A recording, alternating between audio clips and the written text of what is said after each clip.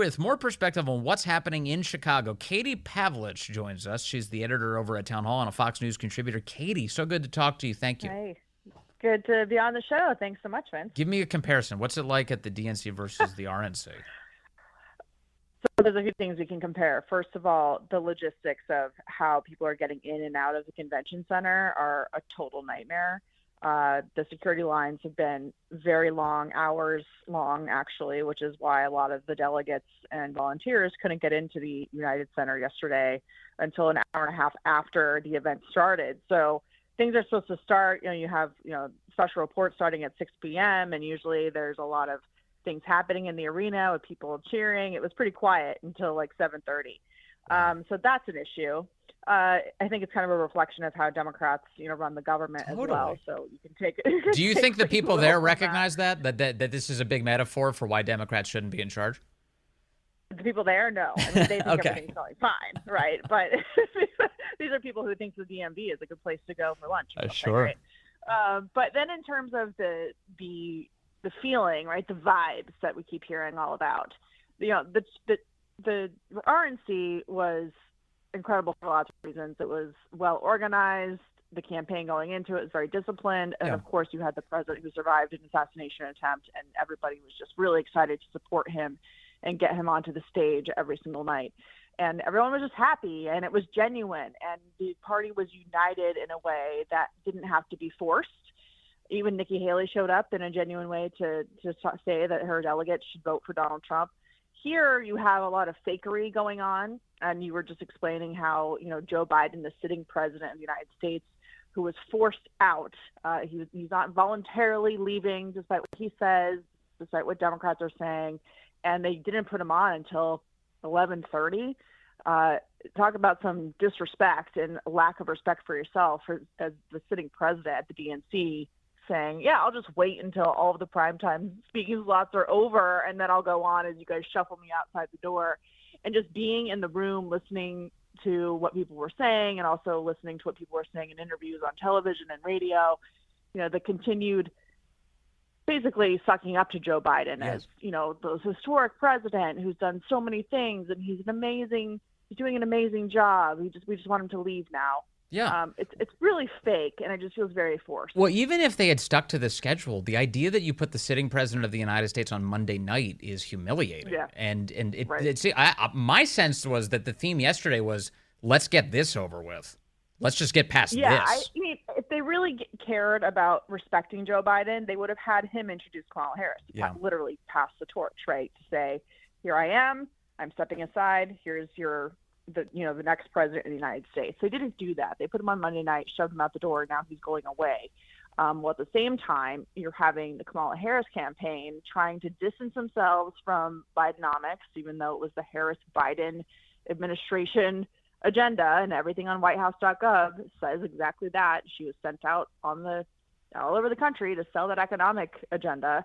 But also they're not defining her and being particularly vague because they don't want people to rely on her far left record that she ran on in 2019 and 2020, which Americans don't agree with. So what I've taken so far after night one is that the left has gobbled up the Democratic Party based on the speeches last night. They've shoved Joe Biden out the door, and they're going to hide just how far left they have become until Election Day, when they can implement their policies if they win. So my impression from afar is that to the extent that I'm witnessing affection for Kamala Harris, that it mostly has to do with they're super relieved that Joe Biden's no longer the nominee. It feels like very skin deep. I don't sense any sort of deep affection for her or some sort of policy basis or some record of success that they're reflecting on. What are you sensing in Chicago from the people who are actually attending this thing? We see a lot of Madam President sweatshirts and T-shirts, but again, it has a different feeling than the RNC did in terms of the unity. They decided that this is the binary choice that they have. Maybe Kamala Harris wasn't the person they wanted to replace Joe Biden. Right. There's a lot of people in the arena who wanted Joe Biden to stay, including a lot of people on the DNC Rules Committee who kept enforcing up to the very minute right before Biden resigned from the campaign in a tweet in a letter on a Sunday afternoon that he earned the 14 million votes.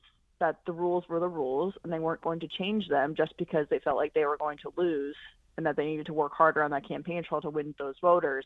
So there is this just kind of like forced nature of people are not happy with the way things went down, but while Democrats argue all the time that they're the party of norms, they're willing to break all of their own rules and destroy the norms for the sake of politics. And that's exactly what they're doing here. Now, meanwhile, outside of the convention, and apparently I think somewhat inside, there is the Hamas surrection continues, because yesterday you had all these people blasting through the barricades trying to get into the arena. I understand there have been some smaller demonstrations within the arena itself. How disruptive is this, and how hard are Democrats working to try and keep the mob at bay? Well, the city of Chicago has, they have all the police out.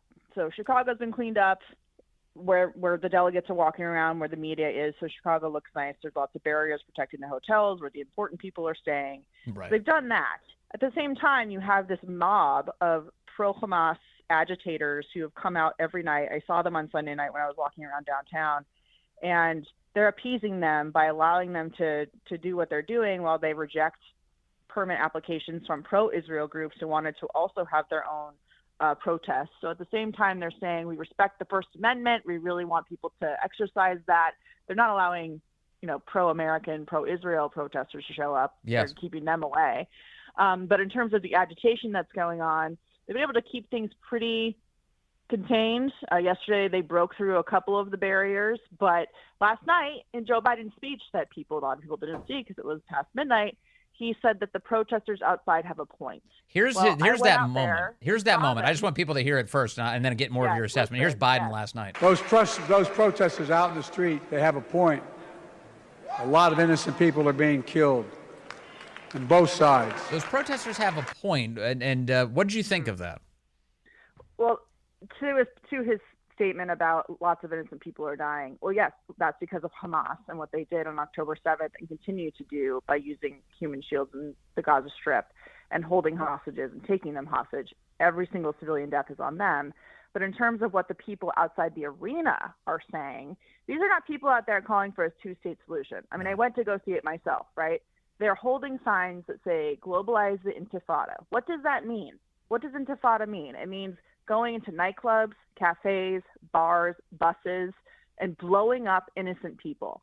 That's what that means. They're calling for violence against innocent people, specifically Jews, but generally people who just in the West and who are pro-Western, pro-American. They're burning American Israel. flags, yeah.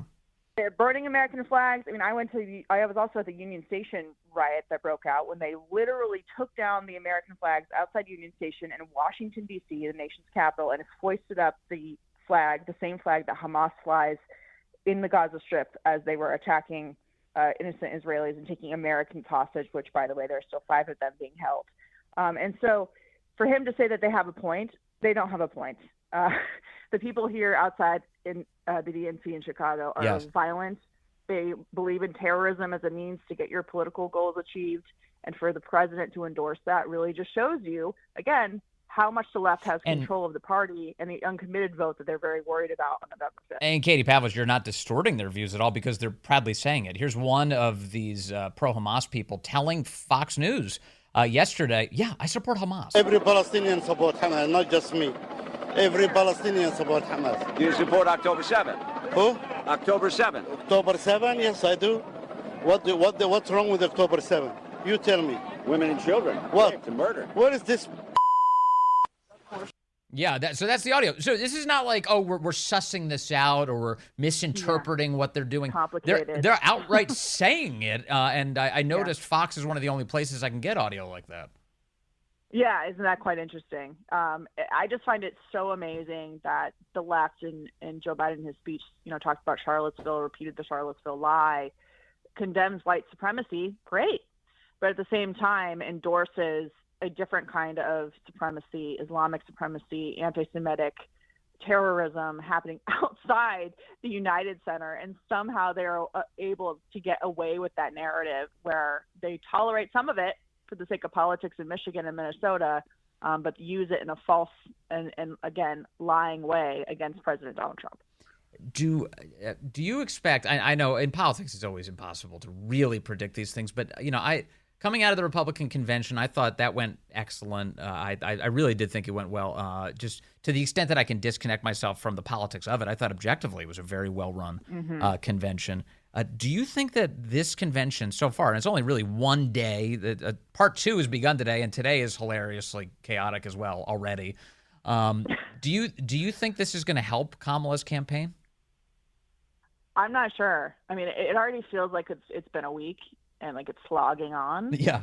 There's not a ton of excitement surrounding what's happening. Again, I think it's very difficult to manufacture genuine excitement for a candidate and a party. Now, don't get me wrong, Democrats are the Olympians of voting. Early voting in Pennsylvania starts in September. So I was talking about how the election's really in September. So, we'll see. And the media has been so overwhelmingly pro-Kamala.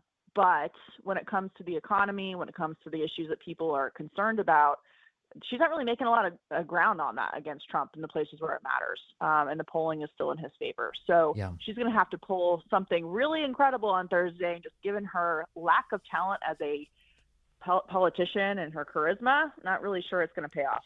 I really hope that she gets a lot of control over the speech. I really hope. I hope right now she's fighting for that. Like she has speechwriters all around her like, no, we'll take care of it. No. Let Kamala be Kamala. That's my argument. I really want her to just be herself and stop. They've got her in a cage, Katie Pavlich. They should really just let her free, Well, they should, but I think she's too terrified to be free, which is so funny. It's like she continues to put out these statements reversing her positions from her 2020-2019 campaign. Yeah. And as a woman, from my perspective, I'm just curious if the woman who wants to be the first female president of the United States is going to stand up as an independent, strong voice. Yes. And speak for herself, or she's going to continue to allow her male aides to speak on her behalf. Yeah, what? She's letting men speak for her? What is that? That's awful. Don't let a man write your words for you. To me. Yeah, I don't want any mansplaining. I need a strong woman up there Thursday night. Katie, lastly, on this issue of whether women even exist, how are the lines for the gender-neutral bathrooms at the DNC? Well, there's a long line for the gender-neutral bathrooms because everyone can use those. As usual, of course, the patriarchy continues because there's no line for the men's restrooms, which are labeled men's restrooms. Is it really? I saw some of this. The Examiner has some coverage of it. I guess there is at least like 1 or 2 women's rooms, but they're like single stall. But the public women's room has been relabeled the gender-neutral bathroom. Is that true? I mean, I've seen this online. I have not seen it in person. Okay. So I will look today and see. I will fact check and see. Okay, but it seems very believable. Some of the women's restrooms have been erased. Just like the policies of the Biden-Harris administration. I know, and it's at least over the last decade, I keep seeing this. I was at the 2016 Democrat convention, and they had gender-neutral bathrooms set up. The stadium doesn't actually have them. The Democrats come in and they relabel the bathrooms. They print signs. Yeah, they print signs and tape them over. It's really amazing. It's just as preposterous as everything else they're doing. There's also people policing the trash disposal as well. They're making sure everybody knows how to recycle and how to put things in the trash. They have hall monitors for the trash at the DNC? They do. Yes, they do. Par for the course. All right. Making sure everybody knows how to recycle. Katie Pavlich, thank you very much. I appreciate it as always. Great to talk to you. Good luck. Thanks, Vince. Thanks. Bye.